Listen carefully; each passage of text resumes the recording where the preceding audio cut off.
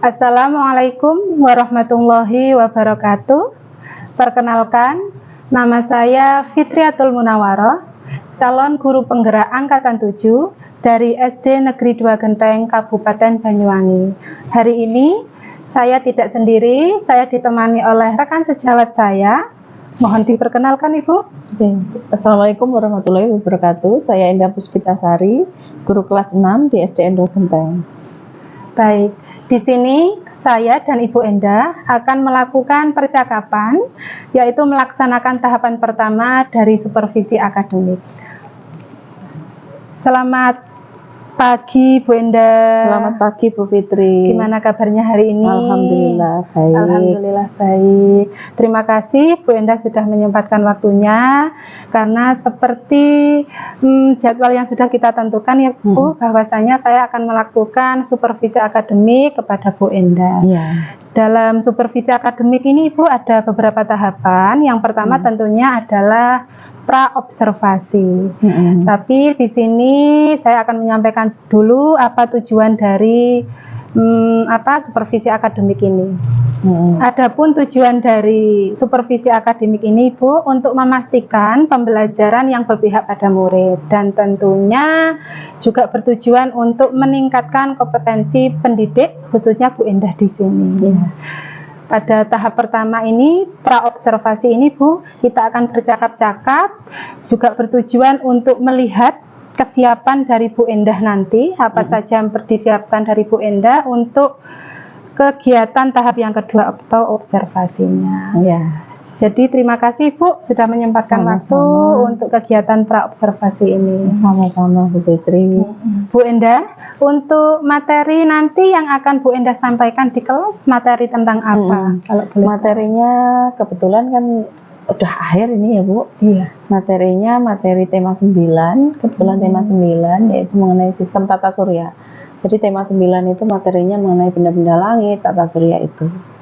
Jadi Bu Endah nanti mengangkat mata pelajaran IPA ya Bu nggih? Mata pelajarannya khusus IPA. Khusus IPA dengan topiknya sistem tata surya. Tema 9 kebetulan mengenai tata surya. Kalau boleh tahu tujuan dari pembelajaran ini apa Ibu? Tujuan pembelajarannya, setelah pembelajaran diharapkan siswa dapat menjelaskan kembali urutan sistem tata surya. Kemudian yang kedua, setelah belajar nanti siswa dapat menciptakan produk sederhana urutan sistem tata surya sesuai dengan minat mereka sendiri. Oke, saya konfirmasi ya Bu, bahwa tujuan dari pembelajaran ini nanti diharapkan yang pertama siswa dapat menjelaskan sistem tata surya, gitu Bu. Terus yang kedua, siswa juga dapat menghasilkan produk dan juga pastinya mempresentasikan juga. Ya, yang pertama menjelaskan sistem dari tata surya, yang kedua siswa dapat menghasilkan produk serta mempresentasikan urutan sistem tata surya tersebut. Oke, bagus sekali. Dari tujuannya ini Bu, berdasarkan tujuan tadi Bu, Ibu kepinginnya area pengembangannya yang ingin dicapai apa Bu? Kalau untuk pembelajaran itu, materi itu area pengembangannya yang pertama pasti pengetahuan, pasti pengetahuan. Yang kedua kreativitas siswa dalam menciptakan produk. Tuh, kemudian kolaborasi siswa antar dalam kelompok tersebut. Jadi tiga aspek utama ini. Jadi pengetahuan, kolaborasi siswa, kreativitas siswa. Oke. Jadi untuk capaian atau pengembangan yang ingin Ibu capai, yang pertama pasti pengetahuan siswa. Yang kedua kreativitas dalam menghasilkan produknya nanti, dan yang ketiga kolaborasi.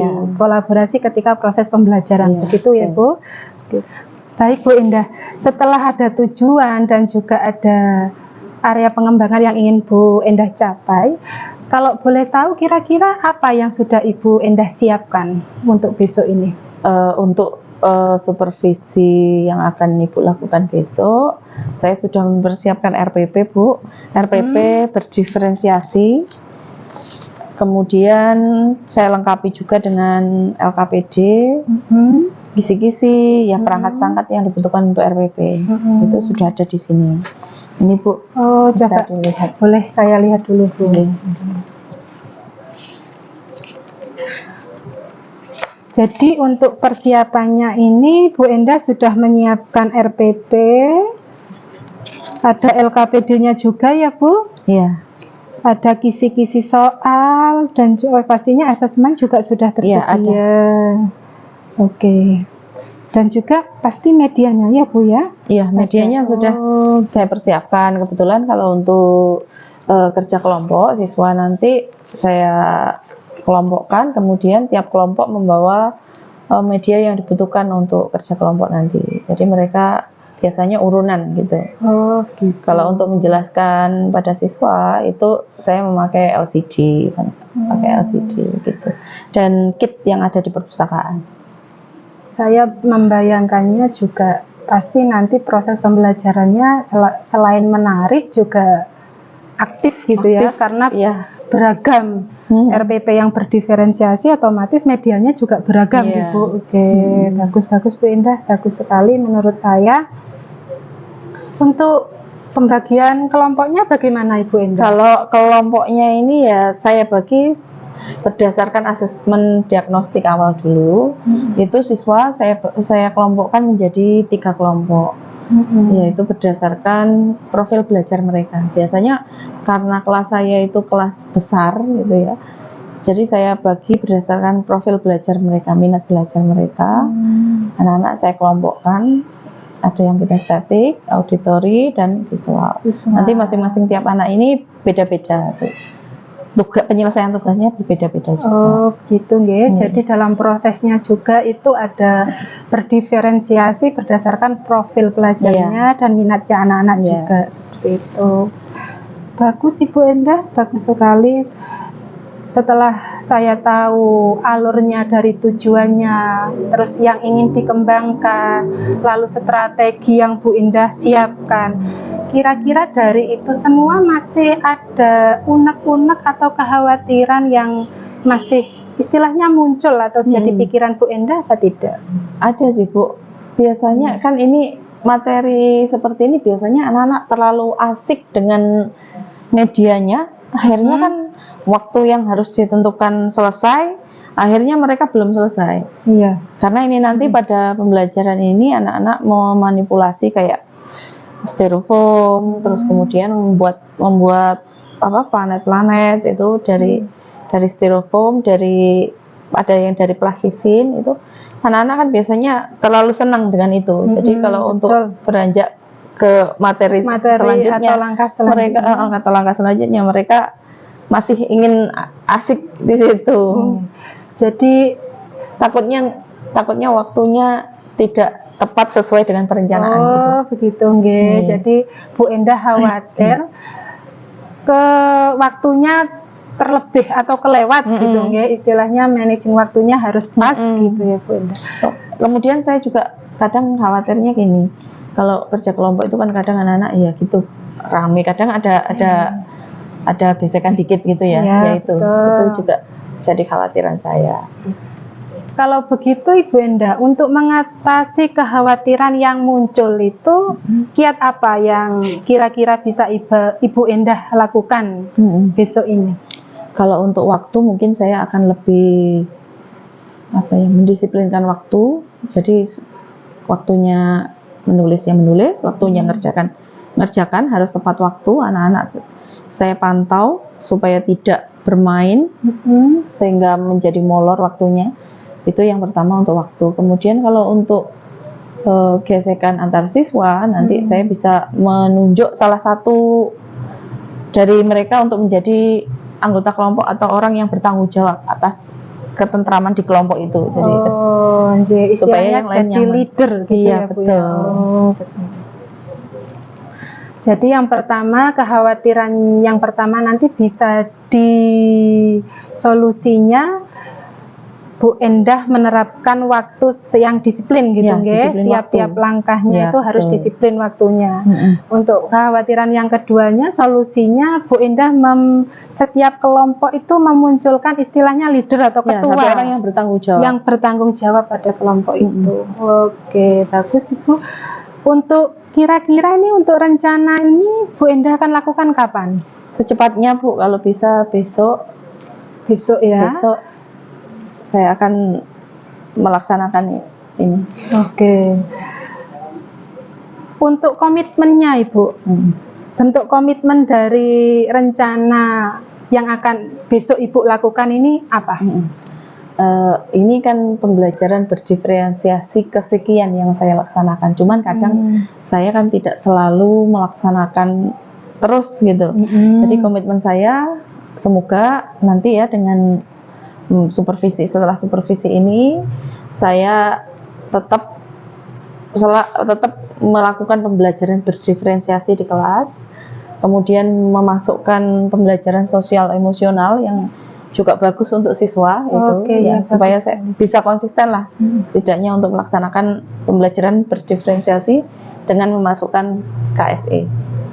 Semoga komitmen ini bisa dilaksanakan ya Bu ya. Baik dari pembelajaran yang berdiferensiasi, pembelajaran yang sesuai sosial emosional juga, dan juga tentunya melaksanakan sesuai langkah-langkah atau rencana yang sudah saya rencanakan. Oke. Dari komitmen-komitmen tersebut Ibu, dan dari obrolan-obrolan dari awal kita tadi, apa ini yang bisa Ibu simpulkan? Kesimpulannya dari pembicaraan kita tadi, yang pertama untuk supervisi, mulai dari merancang tadi yang sesuai yang Ibu tanyakan ya, apa yang harus saya siapkan, mulai dari RPP dan semuanya itu, perangkat medianya, soal, itu yang pertama. Yang kedua, bagaimana saya menyikapi misalkan ada permasalahan di kelas, kekhawatiran saya tadi. Jadi saya mendapat solusi dari kekhawatiran saya tadi. Itu yang dapat saya simpulkan dari pembicaraan kita tadi, Bu.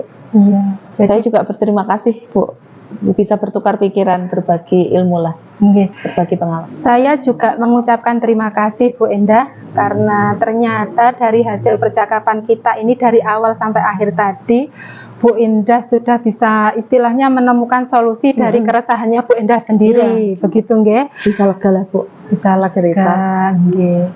Jadi apa nih Bu, saya kepingin tahu setelah ngobrol-ngobrol panjang istilahnya, perasaannya Bu Endah.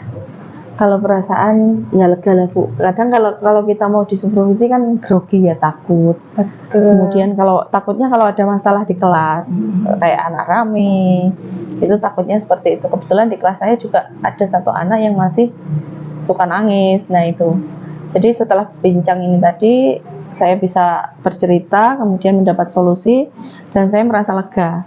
Alhamdulillahirabbil alamin. Berarti percakapan hari ini tujuannya tercapai, ya Bu. Tujuan dari percakapan praobservasi ini sudah tercapai, dan saya tidak sabar, dan saya juga ingin melihat besok proses pembelajaran Ibu di kelas. Dan saya juga mohon izin Ibu, setelah proses pembelajaran besok, meluangkan waktu untuk melakukan diskusi lagi, percakapan lagi. Ya, setia itu pasca observasi.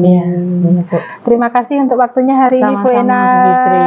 Sama-sama ya. Terima kasih. Sukses selalu. Sama-sama. Demikianlah tadi percakapan saya dengan Bu Endah selaku guru kelas 6 di SD Negeri 2 Genteng pada tahapan praobservasi. Terima kasih kami sampaikan. Wassalamualaikum warahmatullahi wabarakatuh.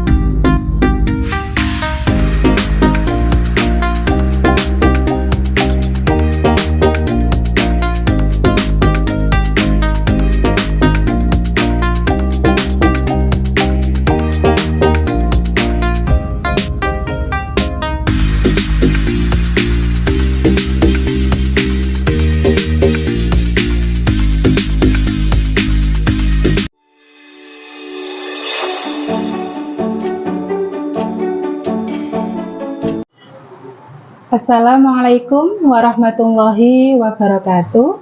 Waalaikumsalam warahmatullahi wabarakatuh.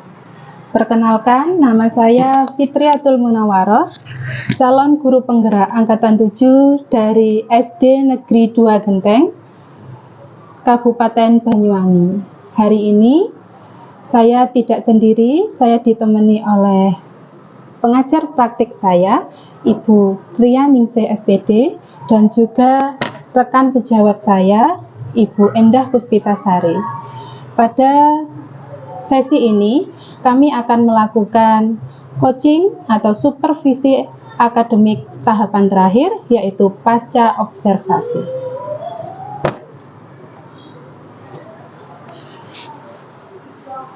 Selamat pagi Bu Endah. Selamat pagi Bu Fitri. Bagaimana kabarnya? Alhamdulillah baik. Alhamdulillah hari ini bisa bertemu lagi dengan Bu Endah. Setelah kegiatan kemarin kita melaksanakan observasi di kelas ya Ibu. Gini Bu Endah, sekarang hari ini kita melaksanakan tahapan terakhir dari supervisi akademik Bu Endah. Pada hari ini kita akan melaksanakan pasca observasi.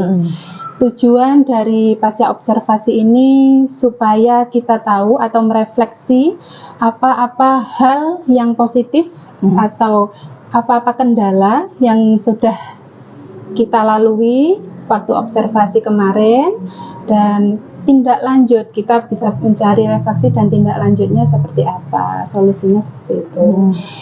Bu Endah, pertama saya kepingin tahu kira-kira apa yang kepingin Ibu Endah harapkan dari percakapan kita kali ini Bu.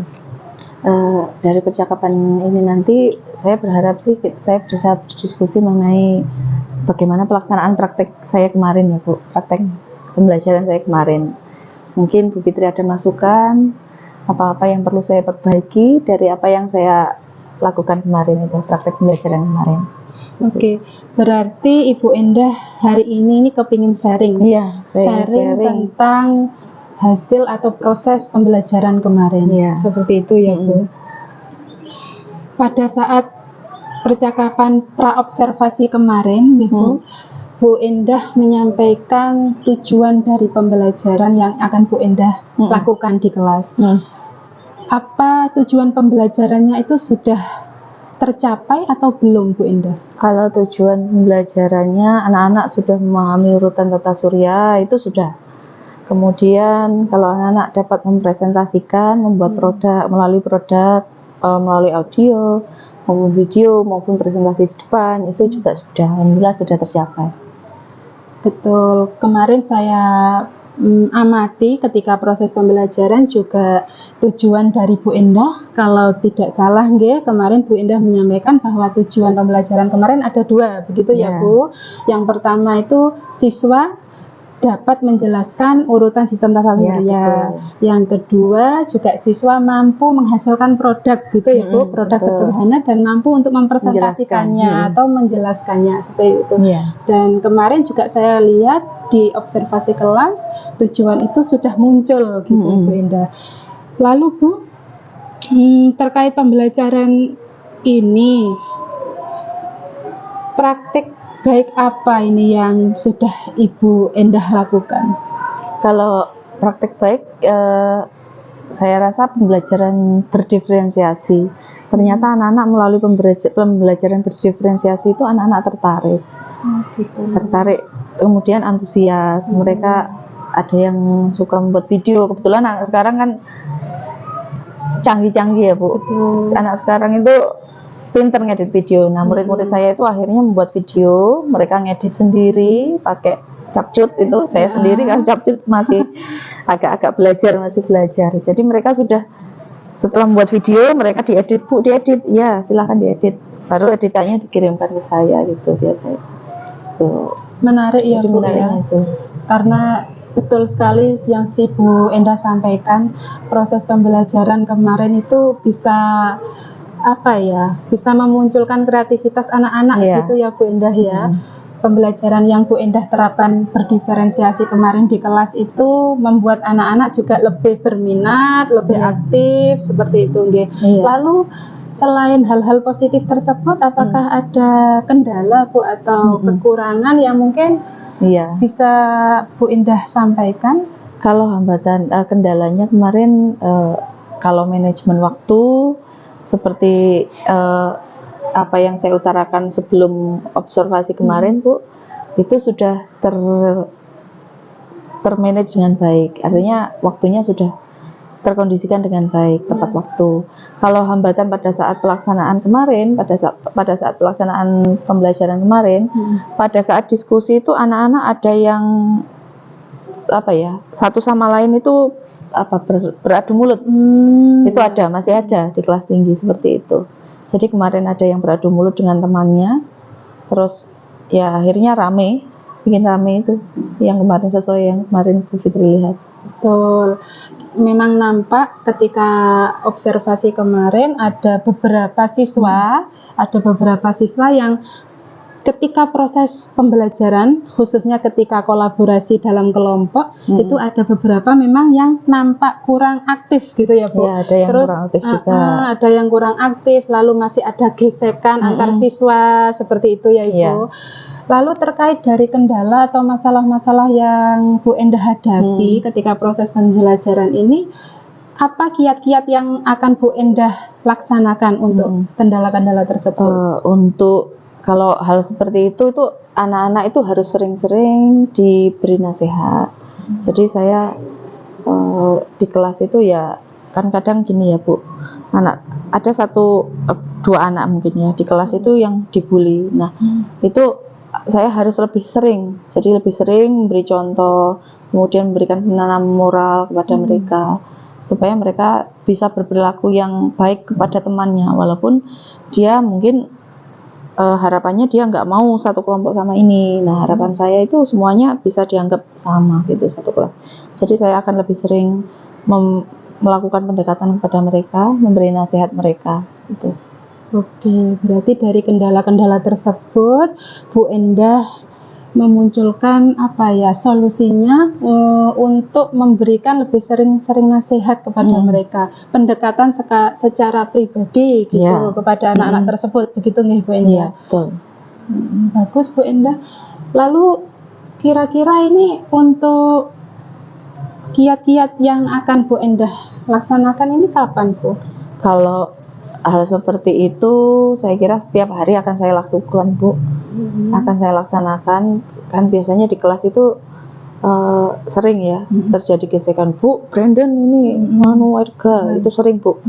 Jadi anak-anak itu sering goda yang namanya Erga ini gampang sekali nangis, seperti kemarin yang terjadi di kelas. Itu kan beradu mulut. Nah itu ya saya harus lebih sering di kelas itu memberi nasihat kepada anak-anak. Itu jadi setiap hari lah saya berusaha untuk memberikan nasihat kepada anak-anak. Untuk komitmennya tersebut bagaimana Bu?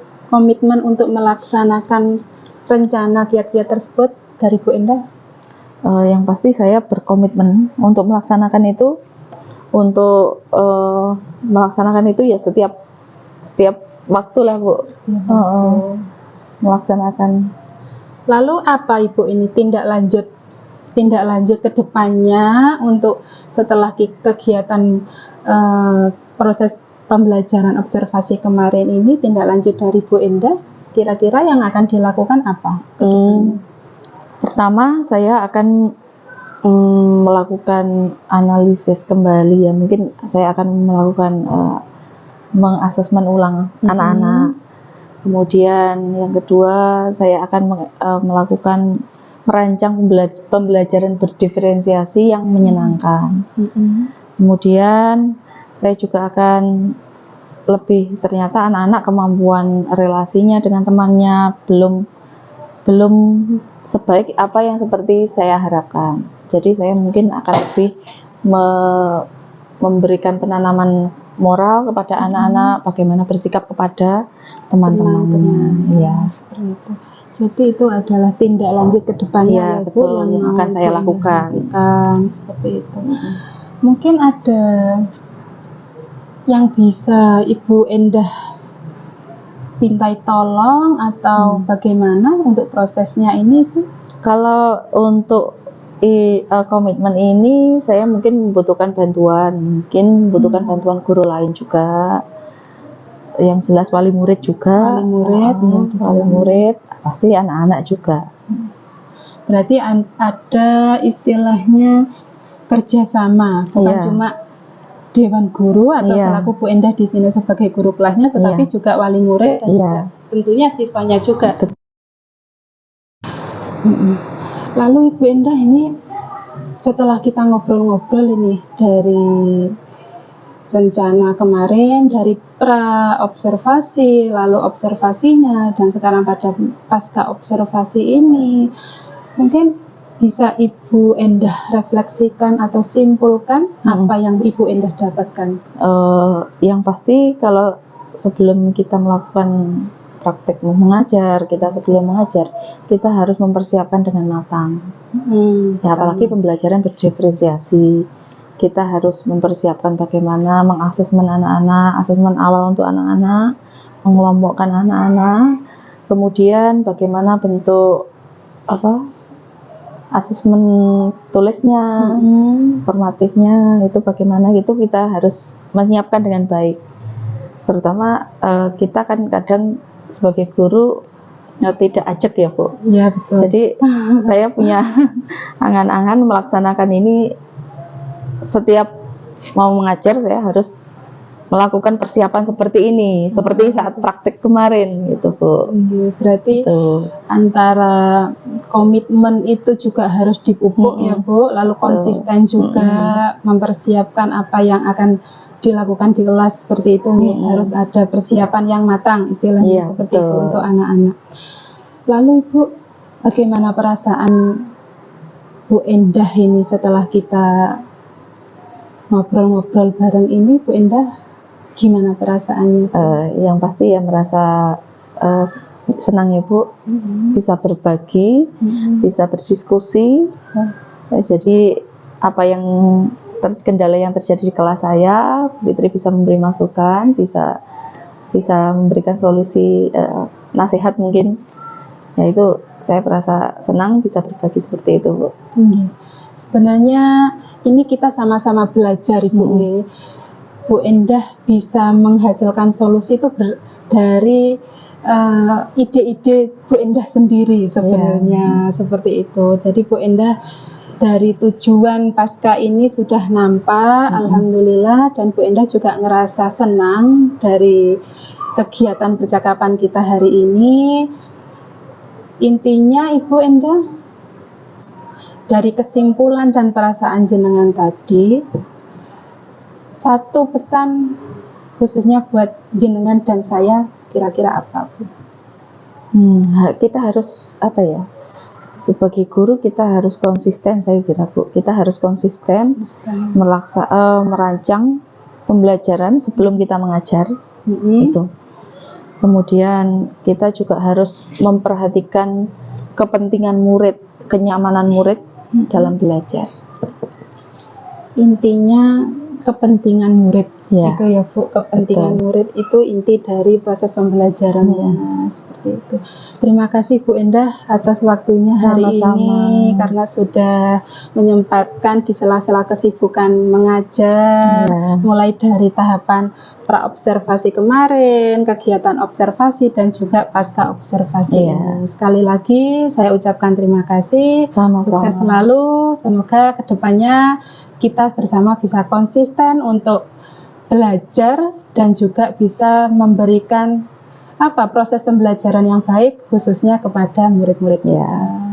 Terima kasih Bu Endah. Sama-sama.